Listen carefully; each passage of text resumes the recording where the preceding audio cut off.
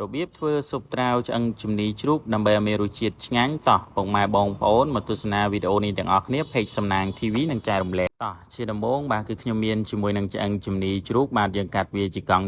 ទៅហើយខ្ញុំប្រឡាក់គ្រឿងបាទហើយគ្រឿងមានបាទម្សៅស៊ុបខ្នុរប៊ីចេងស្ករបាទហើយបន្ថែមជាមួយនឹងខ្ទឹមហើយម្រេចបន្តិចទៅហើយយើងប្រឡាក់គ្រឿងជាមួយនឹងឆ្អឹងជំនីហ្នឹងទុកមួយលើទៅឥឡូវខ្ញុំមករៀបចំបំពងត្រាវហើយចាក់ប្រេងឆារៀងច្រើនបន្តិចណាដើម្បីបំពងត្រាវយើងឲ្យវាឆ្អិនហើយបានយើងយកវាទៅស្ងោរធ្វើជាស៊ុបហើយនេះពុកម៉ែបងប្អូនបាទនេះដូចខ្ញុំបង្ហាញអញ្ចឹងបាទគឺតែប៉ុណ្្នឹងទៅបានហើយយើងស្រង់វាចេញទុកវាមួយឡាយទៅដើម្បីយើងយកវាទៅស្ងោរស៊ុបជាមួយនឹងឆ្អឹងជំនីបាទហើយសម្រាប់ឆ្អឹងជំនី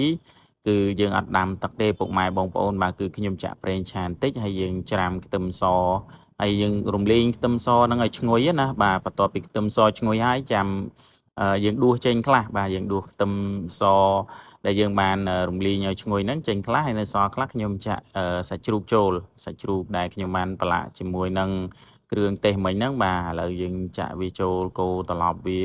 រំងាស់វាបន្តិចចឹងណានេះដូចខ្ញុំបង្ហាញចឹងពុកម៉ែបងប្អូនបាទងាយទេមុខម្ហូបនេះទស្សនាវីដេអូនេះដល់ចប់ទៅបាទអាចធ្វើការដែរហើយបន្លែខ្ញុំបន្ថែមជាមួយនៅការ៉ុតហើយមានដលងបារាំងមានអីតិចតួចទៀតបាទព្រោះយើងអត់ដាក់ត្រាវសុទ្ធទេឥឡូវយើងចាក់ជាមួយនឹងទឹកជាចូលទៅបាទទឹក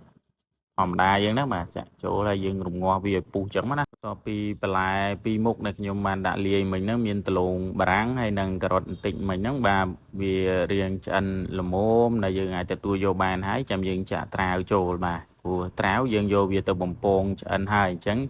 គ្រាន់តែយើងចាក់វាចូលតាមបន្ទុះទៅបាទហើយភ្លក់មើលទៅតាមចំណង់ចំណូលចិត្តពុកម៉ែបងប្អូនទៅបាទងាយទេពុកម៉ែបងប្អូនបាទឥឡូវតែប៉ុណ្្នឹងទៅគឺថារួចរាល់ហើយឆ្អិនហើយបាទចាំតែបន្លែបើយើងផុយគឺថាឆ្អិនបាទហើយនេះពុកម៉ែបងប្អូនឃើញទេយើងរងាស់មកហើយទឹកស៊ុបឲ្យថ្លាណាបាទថ្លាល្អហើយក្លិនក៏ឈ្ងុយហើយចុងក្រោយខ្ញុំបន្ថែម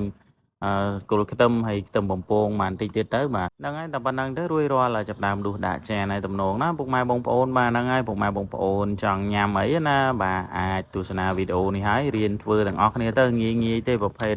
ស៊ុបឆ្អឹងជំនីជ្រូកបាទគេហៅថាស៊ុបត្រាវឆ្អឹងជំនីជ្រូកនេះគឺថាងាយហើយរសជាតិរបស់វាឆ្ងាញ់ប្លែកណាពុកម៉ែបងប្អូនបាទដោយសាររសជាតិត្រាវយើងយកវាបំពងហើយយើងយកវាមករំងាស់ជាស៊ុបរបៀបនេះបាទគឺថាឈ្ងុយឆ្ងាញ់រសជាតិរបស់វាពុកម៉ែបងប្អូនបាទសាកធ្វើញ៉ាំបាទហ្នឹងហើយវីដេអូគឺមានតែប៉ុណ្្នឹងទេបាទអរគុណពុកម៉ែបងប្អូនបាទជួបគ្នានៅវីដេអូក្រោយៗទៀត